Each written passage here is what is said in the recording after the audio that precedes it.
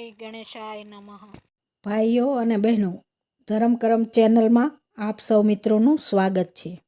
મિત્રો, આપણે આ ધર્મકરમ ગુજરાતી ચેનલ હજુ સુધી જો સબસ્ક્રાઈબ ન કરી હોય તો સબસ્ક્રાઈબ જરૂર કરી લેજો અને લાઈક પણ કરજો અને કોમેન્ટ કરશો તો ખૂબ ગમશે। સાથે સાથે શેર પણ કરી દેજો આપણા મિત્ર વર્તુળમાં। મિત્રો, આજે આપણે જોશું દશામાના વ્રતની કથા, તેનું મહત્ત્વ અને તેની પૂજા વિધિ। દશામાનું વ્રત છે, ભાવિકજનો જો શ્રદ્ધાપૂર્વક અને ધીરજથી કરે તો દશામાની ઘણી જ કૃપા પ્રાપ્ત થાય છે અને સુખ સમૃદ્ધિ પ્રાપ્ત થાય છે।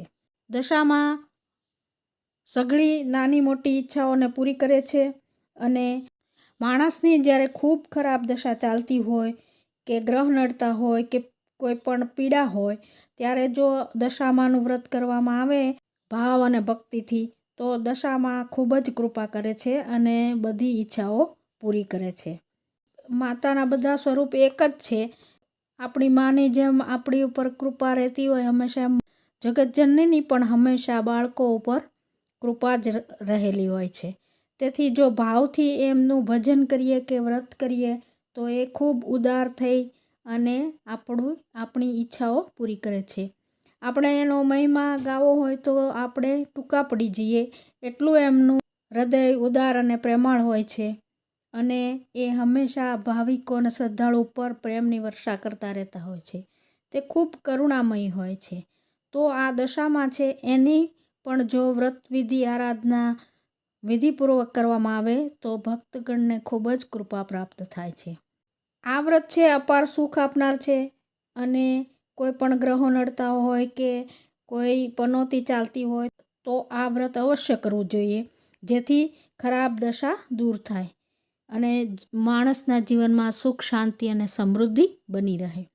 મિત્રો, હવે આપણે જોઈએ વ્રતની પૂજન વિધિ। આ વ્રત અષાઢ વદ અમાસના દિવસે એટલે કે દિવાસાના દિવસથી શરૂ થાય છે। તે દિવસે સવારે વહેલા ઉઠી સ્નાનાદિથી પરવારી ત્યારબાદ એક બાજોટ કે પાટલા પર લાલ રંગનું સ્વચ્છ કપડું પાથરી તેના ઉપર ઘઉંની ઢગલી કરી અને દશામાની મૂર્તિ કે ફોટો જે હોય તે પધરાવવો જોઈએ, તેનું સ્થાપન કરવું જોઈએ અને માટીની સાંઢણી જો બનાવી હોય તો એ પણ ત્યાં મૂકવી જોઈએ। સાંઢણી છે એ દશામાનું વાહન ગણાય છે। બાજુમાં એક ત્રાંબાના કળશનું સ્થાપન કરવું, સૂતરના 10 તાર લઈને તેને કંકુમાં બોળી 10 ગાંઠો વાળી ત્રાંબાના કળશ પર વીંટાળવો અને સૂતરના બીજા 9 તાર અને 1 તાર પોતાના વસ્ત્રનો એમ 10 તારનો દીવો બનાવીને કંકુમાં બોળી પોતાના જમણા હાથે બાંધવો। માતાજીની નજીક ઘીનો દીવો તથા અગરબત્તી કે ધૂપ પ્રગટાવવા। જ્યાં સુધી વ્રત વિધિ ચાલુ રહે ત્યાં સુધી દીવો અખંડ રહે તેની કાળજી લેવી। પછી માની નજીક બેસી હૃદયથી માની સ્તુતિ કરવી, ભાવથી આરાધના કરવી અને પોતે અથવા તો ઘરના કોઈ સભ્ય પાસે અથવા તો આપણી આ ચેનલ મારફતે દશામાની કથા વાર્તા સાંભળવી। તે સમય દરમિયાન વ્રત કરનારે મનમાં જય દશામાં એવું સ્મરણ કરતા રહેવું।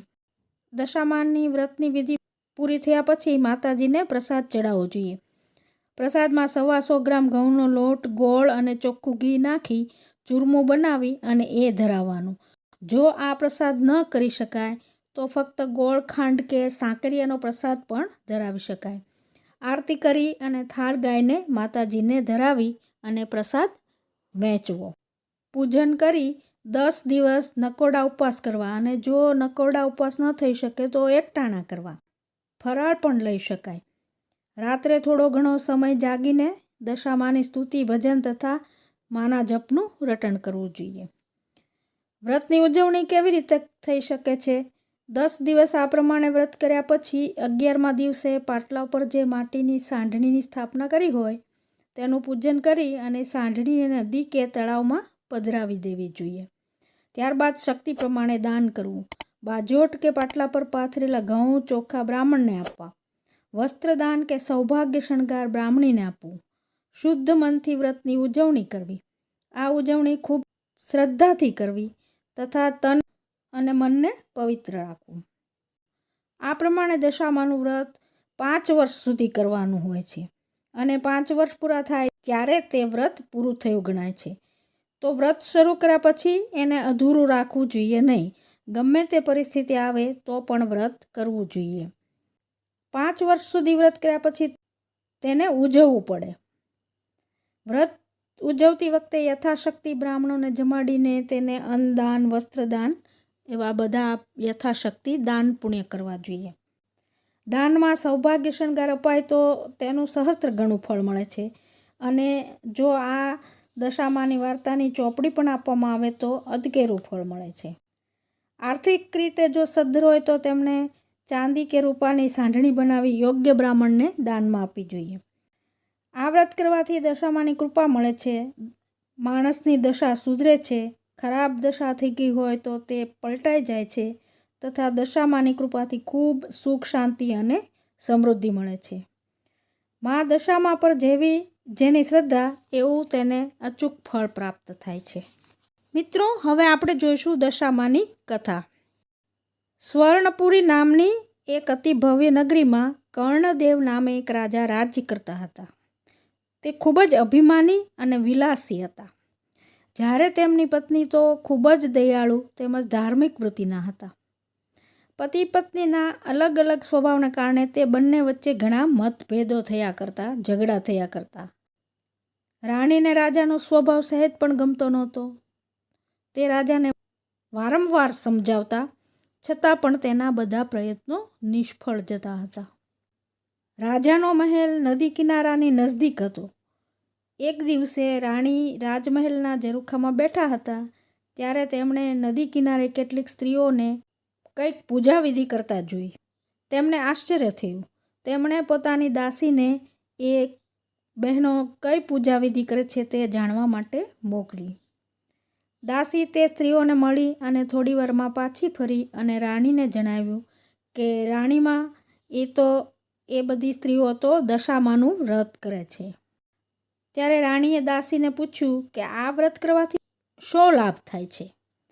ત્યારે દાસીએ કહ્યું કે આ વ્રત જે સ્ત્રી કરે છે તેની મનોકામના પૂર્ણ થાય છે, દુઃખ દારિદ્ર્ય દૂર થાય છે, વાંઝિયાના મૈણા ટળે છે અને નિર્ધનને ધન મળે છે. આ ઉપરાંત અનેક નાના મોટા લાભો પણ આ વ્રત કરવાથી મળે છે. આ જાણી રાણીને દશામાનું વ્રત કરવાની અદમ્ય ઈચ્છા થઈ. તેમણે દાસીને એ વ્રતની વિધિ વિશે જાણી લાવવા કહ્યું. દાસી ફરીથી તે સ્ત્રીઓ પાસે ગઈ અને થોડી વારમાં પાછી આવી. રાણીબાને કહ્યું, આ વ્રત અષાઢ માસની અમાસ એટલે કે દિવાસાના દિવસથી શરૂ થાય છે. વ્રત કરનારે 10 સૂતરના તાંતણા લઈને તેને 10 ગાંઠોવાળી દરેક ગાંઠને કંકુના ચાંદલા કરવા. આમ દશામાનો દોરો લઈને વ્રત લેવું. ઘરે દશામાની સ્થાપના કરી 10 દિવસ સુધી પૂજા કરવી. ધૂપ દીપ કરવા, સ્તુતિ આરતી આરાધના કરવા, ગુણગાન ગાવા અને પ્રસાદ ધરવો. આ ઉપરાંત વાર્તા પણ સાંભળવી અને ઉપવાસ થઈ શકે તો ઉપવાસ અથવા તો એકટાણા કરવા. પૂજામાં મુકેલ દશામાની સાંઢણીને છેલ્લા દિવસે નદી કે તળાવ કે સરોવરમાં પધરાવવી. શક્તિ સંપત્તિ પ્રમાણે સોના કે ચાંદીની સાંઢણી બનાવડાવી અને દાન કરવું. આ વ્રતની ઉજવણીમાં બ્રાહ્મણને દાન કરવું. નૈવેદ્યમાં 125 ગ્રામ ઘઉંના લોટનું ચૂરમું બનાવી એ ધરાવવું માતાજીને અને પછી પ્રસાદમાં વહેંચવું. 10 દિવસ ઊંઘ ઓછી લઈ દશામાના નામ જપ સ્મરણ કરવું. તન મન પવિત્ર રાખવા. આ પ્રમાણે વ્રત કરવામાં આવે છે. રાણીને પણ આ વ્રત કરવાની ઈચ્છા થઈ. તેમણે મનથી વ્રત કરવાનું નક્કી કર્યું. તેમણે રાજાને આ વાત જણાવી તો એ અભિમાની રાજાએ વ્રત કરવાની સ્પષ્ટ ના પાડી દીધી. તેમણે કહ્યું કે આ વ્રત તો ગરીબ ગુરબા માટે હોય. આપણી પાસે તો ઘણું સુખ સાહેબી છે, ધન દોલત છે, નોકર ચાકર, બાગ બગીચા, રાજપાટ બધું છે. માટે તારે આ વ્રત કરવાની કશી જરૂર નથી. રાજાના આવા અહંકારી વચનો સાંભળી રાણીમાનું તો દિલ દુભાયું અને તે બિચારા ખાધા પીધા વગર સૂઈ ગયા. રાજાએ અહંકાર, ગર્વ અને અભિમાનમાં ચકચૂર થઈને દશામાના વ્રતનું અપમાન કર્યું. તેથી દશામા તેના પર ક્રોધિત થઈ ગયા અને તેમણે રાજાને સપનામાં આવીને કહ્યું કે તે મારા વ્રતનો અનાદર કર્યો છે. તેથી હું તારા પર કોપાયમાન થઈ છું. ભયથી થથરી ઉઠેલા રાજાની આંખ ઉઘડી ગઈ અને તેમણે રાણીને જગાડીને સપનાની વાત કરી. હવે જરૂર કંઈક આપત્તિ આવશે જે ભોગવ્યા વગર હવે છૂટકો જ નથી. કાળની ગતિને કોઈ મિથ્યા કરી શકનાર નથી. રાજા રાણી આ સપનાથી ખૂબ જ ચિંતાતુર હતા. તે જ સમયે રાજાનો એક અનુચર સમાચાર લઈને આવ્યો કે બાજુનો રાજા મોટું સૈન્ય લઈને ચડાઈ કરવા આવ્યો છે. રાજા રાણીને દશામાના સપનાની વાત તરત જ યાદ આવી ગઈ. તેમને ખાતરી જ થઈ ગઈ કે જરૂર કંઈક હવે અશુભ થવાનું છે. તેથી તેમણે ગુપ્ત રસ્તે નાસી જવાનું વિચાર્યું. તે પોતાના બંને દીકરા તેમજ રાણી સાથે ગુપ્ત માર્ગે જંગલમાં જતા રહ્યા. તેઓ કદી ચાલેલા ન હોવાથી ખૂબ જ થાકી ગયા હતા. તેમની પાસે પગમાં પહેરવાની મોજડી પણ નથી. કાંટા પગમાં ભોંકાય છે. ઝાંખરાના કારણે વસ્ત્ર ફાટી ગયા. ફૂલ જેવા કુમારો ધોમધખતો તાપ સહન કરી શકતા નથી અને પેટમાં ઘણી જ ભૂખ લાગી છે, પણ તેમની પાસે અન્નનો દાણો પણ નથી. તરસ પણ ખૂબ જ લાગી છે, પરંતુ પાણીનું એક ટીપું પણ નથી. સૂર્ય મહારાજ મધ્યાહને આવીને આગ વરસાવી રહ્યા છે. રાજા રાણીથી નાના કુમારોની આ દશા જોવાતી નથી. એવામાં તેમની નજરે એક વાવ પડી. રાજા રાણી બંને કુંવરોને લઈને વાવમાં પાણી લેવા માટે ઉતર્યા. કુંવરો 7 પગથિયા ઉતરી અને 8મા પગથિયે જ્યાં પગ મૂકવા જાય છે ત્યાં તો દશામાએ બંને કુમારોને વાવમાં ખેંચી લીધા. રાજા રાણી આ જોતાં જ ખૂબ જ ડઘાઈ ગયા. રાણી તો છાતીફાટ રુદન કરવા લાગી. રાજાથી રાણીનો આવો કારમો વલોપાત જોવાતો નથી, પરંતુ એ પણ લાચાર હતા. તેઓ રાણીને આશ્વાસન આપીને સમજાવે છે કે જેણે આપ્યા તેણે લઈ લીધા. આ માટે વલોપાત કરવો છોડી દે અને ધીરજ રાખો. માતાજીનો ક્રોધ શમશે ત્યારે સૌ સારાવાના થશે. રુદન કરતી રાણીને સમજાવતા રાજા આગળ ચાલ્યા. બંને જણા ભૂખ તરસ તેમજ બંને બાળકની વેદનાને કારણે ખૂબ જ થાકી ગયા હતા. તેથી રસ્તામાં આવેલી એક વાડીમાં થોડીવાર વિસામો લેવાનું વિચાર્યું. પરંતુ જેવો તેમણે વાડીમાં પગ મૂક્યો કે તરત જ વાડીના બધા જ ફૂલો કરમાઈ ગયા. વાડીનો માળી વિચારવા લાગ્યો કે જરૂર આ બંને જણા પાપી જીવ લાગે છે, એટલે જ તેમના પગલાં વાડીમાં પડતા જ વાડી સાવ કરમાઈ ગઈ. તેથી તેણે તે બંનેને ત્યાં વાડીમાંથી ભગાડી દીધા. આમ રાજા રાણી અપમાનિત થઈને ધીરે ધીરે આગળ ચાલવા લાગ્યા. ચાલતા ચાલતા બંને એક નગરમાં આવ્યા. ત્યાંનો મુખી રાજાનો સંબંધી હતો, એટલે દુઃખમાં એ જરૂર સહારો આપશે એમ વિચારી આશરો મેળવવા તેમના ઘરે ગયા. પરંતુ દશામાના કોપને કારણે એ મુખી રાજાને ઓળખી શક્યો નહીં અને તેમને ભિખારી ગણીને ગામની બહાર કાઢી મૂક્યા. રાજા રાણી તરત સમજી ગયા કે આ દશામાના કોપના કારણે જ આવું થયું છે. હવે ત્યાંથી નિરાશ બનેલા રાજા રાણી આગળનો પંથ કાપી રહ્યા હતા. તેવામાં રાજાની બહેનનું નગર આવ્યું. રાજાને થયું કે મારી સગી બહેન તો આ દુઃખના સમયમાં મને જરૂર મદદ કરશે. તેમણે પાદરે આવી પોતાની બહેનને સંદેશો મોકલ્યો કે તેનો ભાઈ આવ્યો છે. બહેને પોતાના ભાઈને સોનાની ગાગરમાં સુખડી મોકલી અને સાથે સોનાની સાંકળી મૂકી, પરંતુ માના કોપને કારણે સોનાની ગાગર પિત્તળ બની અને સુખડી કોલસા બન્યા અને સોનાની સાંકળીના બદલે ફૂફાડા મારતો કાળો નાગ નીકળ્યો. રાજાને વિચાર આવ્યો કે મારી જનેતા બહેન કદી આવું ન કરે. નક્કી આ દશામાના કોપને કારણે જ બન્યું છે. તેથી તેમણે આ ગાગર ત્યાં દાટી દઈને આગળ ચાલ્યા. ટાઢ તડકો વેઠતા, દુઃખ સહન કરતા, કષ્ટ ભોગવતા રાજા રાણી આગળ વધતા જાય છે. ભૂખના કારણે તેમના પેટમાં આંટી વળે છે. તેમને ચાલવાની સહેજ પણ હિંમત નથી, પરંતુ શું કરે, દશામાના કોપને સહન કર્યા વગર છૂટકો જ નથી. તેમ વિચારીને તેઓ નિસાસા નાખતા ધીરે ધીરે આગળ વધવા લાગ્યા. તેવામાં એક નદીના કાંઠે ચીબડાના વાડા જોયા. રાજાએ 2 હાથ જોડીને વાડાના માલિકને કરગરીને કહેવા લાગ્યા, ભાઈ, અમે 7 દિવસના ભૂખ્યા છીએ, દયા કરીને અમને એક ચીબડું આપો. માલિકને દયા આવવાથી તેમણે એક ચીબડું આપ્યું. રાજાએ નક્કી કર્યું કે આગળ જઈને થોડો આરામ કરી અને શાંતિથી ચીબડું ખાઈને ભૂખ મટાડશું. તેવામાં એવું બન્યું કે ગામના રાજાનો કુંવર 2 દિવસ પહેલાં રિસાઈને ભાગી ગયો હતો. સિપાહીઓ કુંવરની શોધમાં નીકળ્યા હતા. દશામાના કોપના કારણે રાજાના હાથમાં જે ચીબડું હતું તે કુંવરનું માથું બની ગયું. આથી સિપાહીઓ તેમને બંનેને દોરડેથી બાંધી અને રાજ દરબારમાં હાજર કર્યા અને તે રાજ્યના રાજાએ તાત્કાલિક તે બંનેને જેલમાં પૂરી દીધા. રાણીને ઘણીવાર મનમાં થતું કે મારા પતિએ દશામાના વ્રતની અવગણના કરી છે, તેથી જ તેમના કુટુંબના માથે દુઃખના આ ડુંગર તૂટી પડ્યા છે. માટે આ વર્ષે તો હું અષાઢ મહિનામાં દશામાનું વ્રત કરીશ જ. આમ માને રીઝવવાનું નક્કી કર્યું. જોતજોતામાં 12 મહિના વીતી ગયા. શ્રાવણ મહિનો બેસવાના 2 દિવસ પહેલાં રાણીએ કેદખાનાના ઉપરી માણસને દશામાના વ્રત કરવા માટેની ઈચ્છા દર્શાવી. દયાળુ ઉપરીએ ધર્મના કામમાં ના નહીં પાડી અને જોઈતી સામગ્રી લાવી આપવાનું વચન આપ્યું. દિવાસાના દિવસે સવારે નાહીને રાણીએ 10 શેરનો દોરો કરી તેને 10 ગાંઠો વાળી અને કંકુ લગાવ્યું.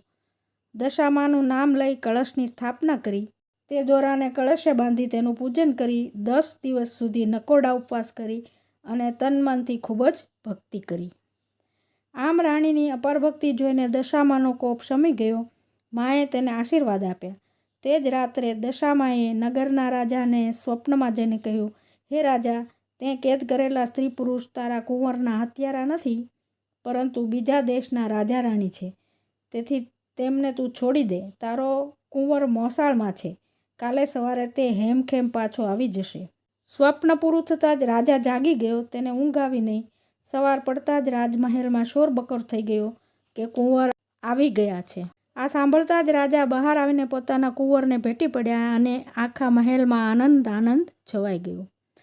ત્યાર પછી તે રાજાએ બંદીવાન રાજા રાણીને માન સહિત મહેલે બોલાવી આવકારી અઢળક સંપત્તિ આપી અને વિદાય કર્યા.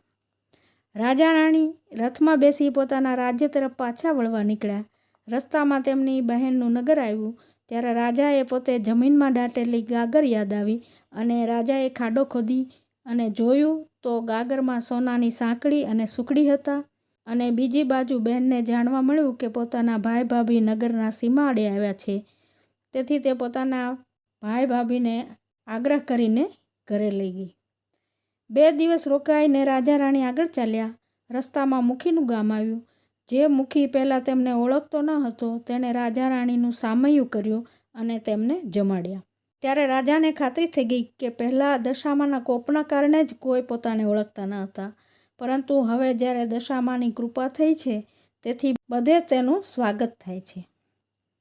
આગળ જતાં ફૂલવાડીમાં આવ્યા. સુકાયેલી ફૂલવાડી લીલીછમ બની ગઈ. જે માળીએ તેમને હાંકી કાઢ્યા હતા તેણે રાજા રાણીનું સ્વાગત કરી પાણી પીવડાવીને આરામ કરવા માટે બેસાડ્યા. ફૂલવાડીમાં થોડો વિશ્રામ કરીને રાજા રાણી વાવની નજીક આવ્યા. વાવની પાસે એક ઘરડા માજી પોતાના 2 બાળકો લઈને ઊભા હતા. રાજા રાણીએ તે ઘરડા માજી પાસે પોતાના બાળકો જતાં કહ્યું, હે માજી, આ બંને પુત્રો તમારી પાસે કેવી રીતે આવ્યા?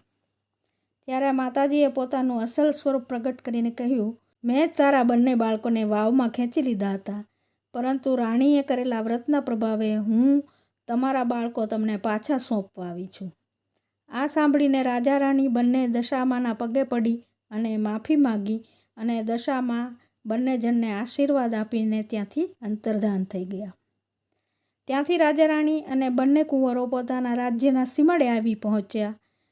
પ્રજાને જાણ થતાં જ રાજ્યમાં હર્ષ વ્યાપી ગયો. દુશ્મન રાજા જેણે આ રાજાનું રાજ્ય પચાવી પાડ્યું હતું તે આ રાજ્યનો કબજો લીધા પછી બહુ હેરાન પરેશાન થઈ ગયો હતો.